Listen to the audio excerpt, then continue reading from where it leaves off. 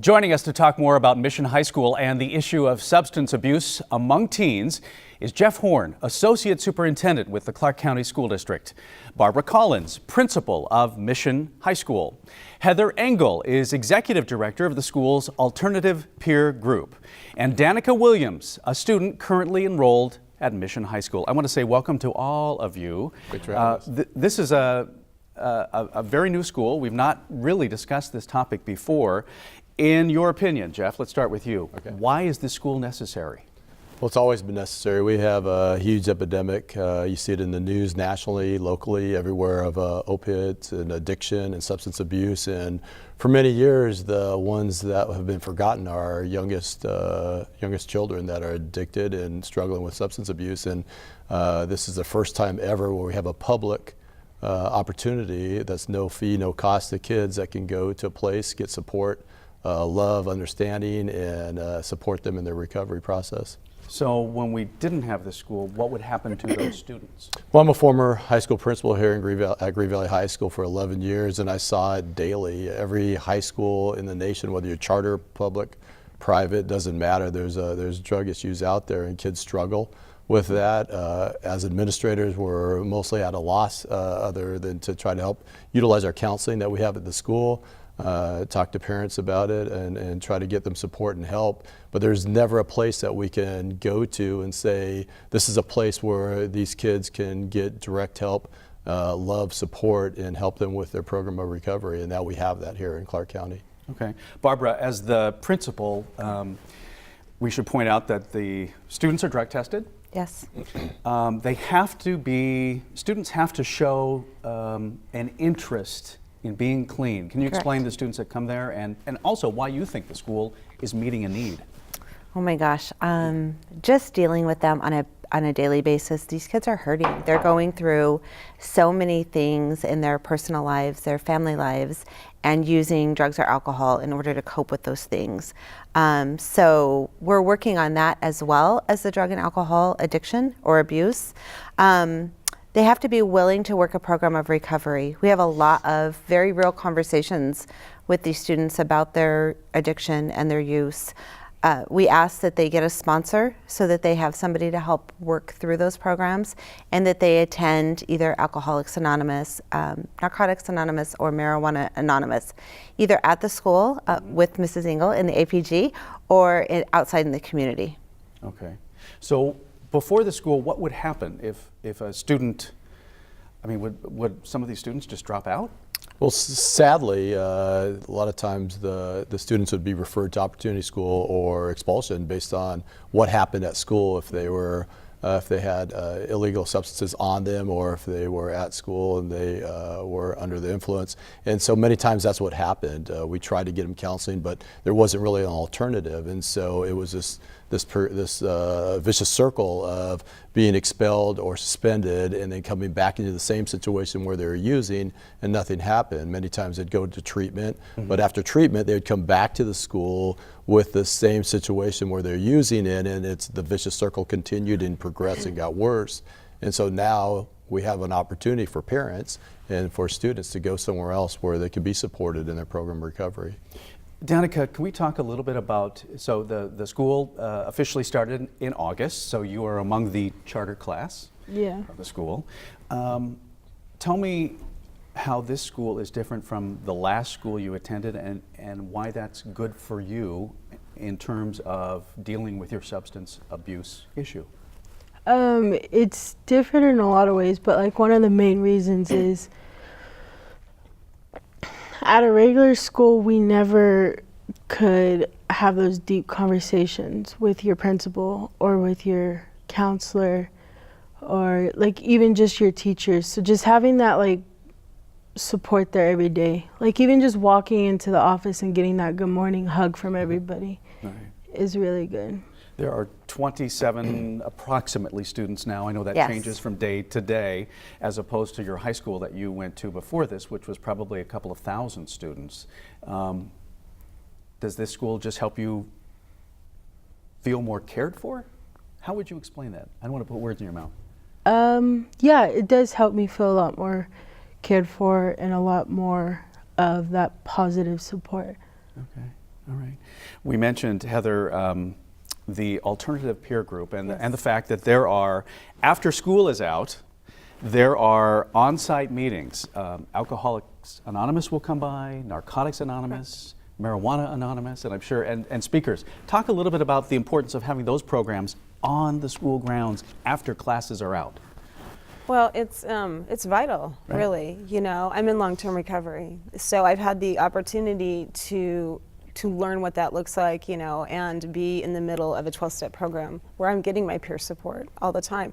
So for them, they're around it all the time. So if we make this stuff accessible to them daily, their chances of attending and actually working a program which will, you know, help them flourish throughout their life.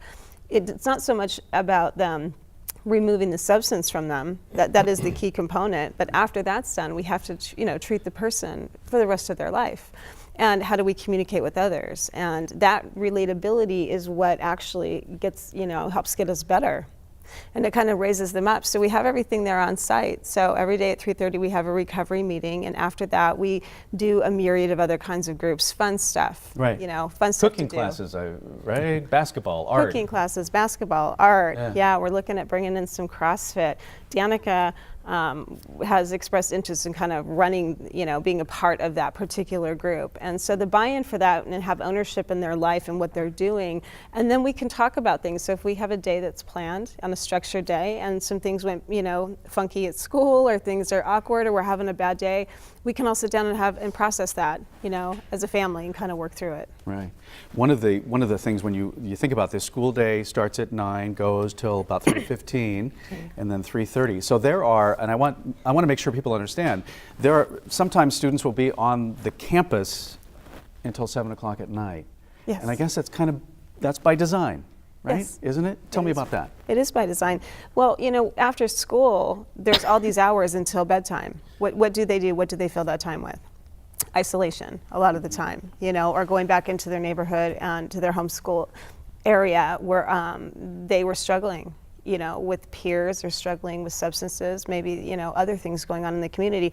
So they go home, a lot of them, you know, and they isolate, you know, and they're on social media and doing that, which is, again, isolating. And, you know, it's sad, you know, it's kind of a dark space. So they come to us, you know, so they have something to do to occupy that time. But it's not just about spending the time, it's about, you know, interacting and learning how to live and have fun and what does that look like, and that inner child that was probably, you know, darkened a long time ago, and bringing that out again. So it gives them the opportunity to grow and breathe and stand up, you know, into who they are. Okay. Heather, you mentioned it, that you're in recovery, and Jeff, you have mentioned this publicly. We're not outing you now. Right. You've said it before. Both of you bring that to this particular school. Do you see that as a benefit as someone who has been through it? I do, for a lot of reasons. When I first got involved with this, actually with Heather's husband, Joe Engel, who spearheaded this process to gather support from the community and also the school district, along with Don Jersey, another community member, to begin this process. One of the important things, because all of us are in recovery, long-term recovery, one of the important things I think the society needs to know is that substance abuse attacks all walks of life, whether you're a laborer, a construction worker, whether you're a service industry, school associate superintendent, substance abuse happens. And so being in recovery and being able to be an example and saying that it's okay, this is a disease, and there is hope, and people do recover and people do lead productive lives, the more people that come out and remove that stigma, the more opportunity we have for our students like Danica to say, hey, look, you know, this is something not to be ashamed of or hide from. It's something to be proud of if you're clean and you're living a productive life and you're reaching those goals. And so the more people that are in recovery are able to say, yeah, I'm a person in long-term recovery, it's an example to others, especially our younger students. You become a mirror for the students. I think so, and I hope so. Yeah. Barbara, I asked you when I toured the facility, Yes. I asked you, I said, so is a school like this really needed? When I talked about substance abuse and the incidence among teenage population or within the Clark County School District, and you said, absolutely. Right. Tell me a little bit more about what you see in terms of use, maybe beyond your school, but in this population here in our region. So I think like Danica and I were talking on the way here this morning, and she was speaking about how many of her friends in her circle that she knew that abuse drugs and are probably addicts that haven't identified with that yet, but she said that her number was about 30 of her friends. And so if I have almost 30 students and each of those students had 30 friends with the same problems, that's 900. That's huge. And we know that it's so much bigger than that. We know that it's probably in the thousands, several hundred at each school. And I don't know, maybe Mr. Horn, maybe you have those numbers, but it's scary. And parents don't know what to do. They're embarrassed, they're afraid, and they don't know where to go to ask for help. And most of the professionals within the schools don't have those answers because we're not trained for that. They call me the normie, so, right? But I didn't have those answers either. And so I wasn't able to recognize before I came to Mission High School what that looked like within my own school and within the community with our students. One of the things that's different about your school is that you have therapists, counselors Yes. right on site. So a student that is having an issue can go talk to them, come out of class and go talk to them. Is that part of the strength of what makes this school different? Yes, and I think that Danica probably could add to that, but we have those professionals there, so if students are triggered by something that comes up in class through academics or just through their friends or just something that happened the night before, they're able to go to those professionals, get help, talk it through, use their strategies that they've been taught, and then get right back into class and do what they need to do. Yeah. Would you agree with that, Danica? Yeah. Is that part of what makes this school work for you, is that you have the ability, which you probably couldn't do in a large school, to say, listen, I need to take a break. I need to go talk to somebody right now so I can come back. Tell me about that. Yeah, it's really nice to just kind of like be able to have that opportunity if you're having a hard time, just be like, hey, like I need to go talk to somebody, and then that person be right next door. So it's really nice to kind of have that type of support. I imagine it was important for you, as has been mentioned here, to be removed from the environment in which you were using. Do you think you could ever go back? No. Okay. Honest answer. I appreciate that. I appreciate that. So how do students get introduced to this school? If you are a parent and you're thinking, this might work for my student because we're having some issues, how do they find out more? How do they get introduced? Do they come to you? Do you go to them? We meet people where they are. If we need to go to them, we will. They're invited to our school at any time. What we do is we set up an intake with both the student and the parent, where they meet with our marriage and family therapist and our drug and alcohol counselor, and we determine if they're a good fit for the school. And then from there, if they are a good fit, then they come in and meet with me, and we go over some of the other things like drug testing and things of that nature and our expectations of the students. Right. And from that point on, we enroll them. But there are times that I meet with parents out in the community, or that they just come in, they want to take a tour because they want to see what we're doing. We're small. Yep. We're not in the best area of town, and so sometimes parents are afraid, but they come and we make them feel welcome and we show them what we're doing. And we just have an open door policy. And to add on to that, part of the things that we need to do is have programs like this Yes. to publicize the fact that we're here, because not everybody knows we're here. That Right. I want every parent and every student that's afflicted by substance abuse and wants to be clean to know that we're here and we're available to them. We need to fill our seats, and we could easily fill that if the word continues to get out and people know that we're here. So we meet and we've given information to high school principals, to treatment centers, the court systems, any place that would be available to send or refer students to do an intake to see if we're appropriate fit for them is something that we need to continually do. And part of the agreement is that parents have to agree to be part of therapy? They have to be in family counseling because it's a family disease, and so parents or the guardians need to participate in that, because it's difficult for a child to work really hard, a young adult, to work really hard on their recovery, yet many times it's dysfunctional at the home itself, and that doesn't help out and support that student in their own recovery. I spoke with one of the teachers on my visit there, and I want to bring up this topic because there can be some of the students that I talk to are doing very well now compared to the grades they were getting before. And so I asked one of the teachers about kind of the level of rigor, and I know we'll take a listen to that and then talk about it on the other side. If anyone doubts that these kids are getting the rigor that's necessary to graduate from high school, I challenge them to come sit in our classrooms, and they're welcome. Giving them an opportunity to look critically at not only how they're being taught, but what they're being taught. Those kinds of things turn kids that have been unsuccessful in school into successful students. I think it was important for the public to hear what a teacher talked about that, because I know, Barbara, you have heard sometimes there's a concern that these students were not doing very well in school. Now they're getting here and they're getting these great grades. And some may wonder, is it really challenging? Right. Well, first of all, they're working a program of recovery, hopefully, so they're getting the drugs and alcohol out of their system, so their thinking is not as clouded as it may have been in the past. But also, we have small classes, and my teachers work one-on-one with the students, and we talk about differentiation all the time within the classroom, but these students truly get what they need. If they don't understand something, we go back around and we address it in a different way. We challenge them to go deeper. We challenge them to create part of their own curriculum. What does that look like for you? What do you want to get out of this unit that we're working on, or what we're learning today? What are your goals in it? So the buy-in is there from the students. Right. And in a classroom of 35 or 40, you don't get to do that.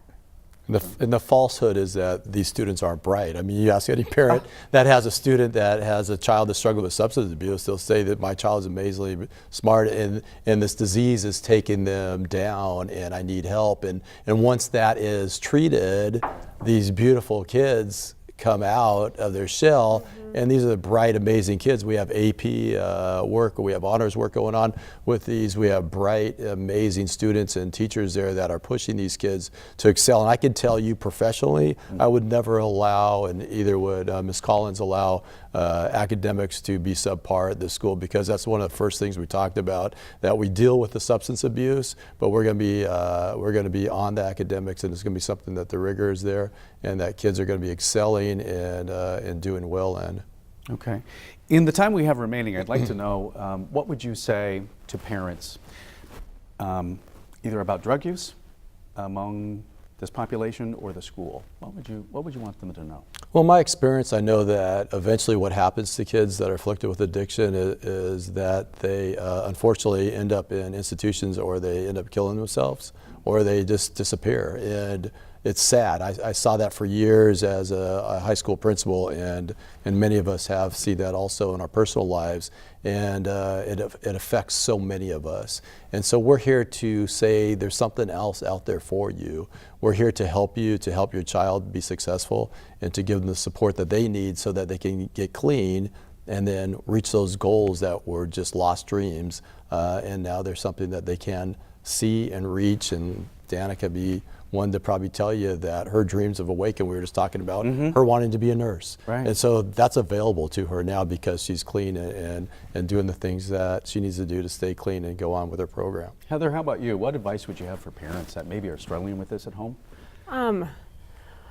Well, you're not alone, right? We can talk about it, and you're safe to talk about it.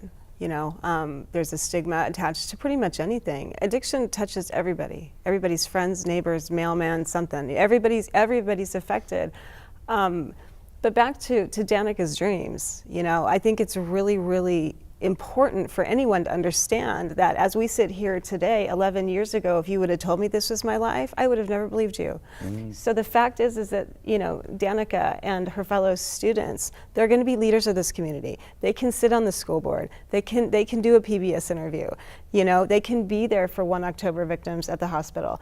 They can do everything that we get to do. And when we are in that darkness, we forget who we are, or we don't know who we are. So here, they're going to get the academic that they need. The parents are going to be brought into this school, and we're going to love them too. We're going to love them into peace and calm for their life and success in their life too. And then these kids are going to turn back around, and they're going to give back to the city. So that, you know, they're welcome. You know, come in, and we're all here. We're a family over there. Danica, it sounds like, and I heard this from a couple other students, this school gave them the opportunity to have a new outlook on life and what their future is. Would you agree with that? Is that what your experience has been? Yeah. When I was using and everything, I've never saw a positive outcome in my future. I saw the negative outcome. I never saw that I could go to school and be a nurse. But now that I'm clean, I can. It's got to feel good. It does. It does. Barbara, how about for, what do you want the community to know about your school? We've pointed it out. This is the first 100% publicly funded Yes. High school that deals, that focuses on teens with substance abuse. What should the community know about this, or parents? That we're here. We are ready and willing to help them at any time. And like Jeff and Heather said, that it's a family disease. So one of the things that I don't think that we mentioned, our APG, we also offer Al-Anon and Ar-Anon, or Nar-Anon, excuse me, for the parents so that they can get that support from other parents that have been through the process. So I believe like we're treating it holistically, the whole student, the whole family, and just trying to change our community. And so come out and visit, walk through, let us talk to you. We're here to help you with no judgment. Really appreciate everyone's input today on this important discussion and continued success. Thank you. Thanks for having us. I'd like to thank our guests today, Jeff Horn, Barbara Collins, Heather Engel, and Danica Williams. If you would like to learn more about Mission High School, we've got a website for you, missionhighschool.ccsd.net.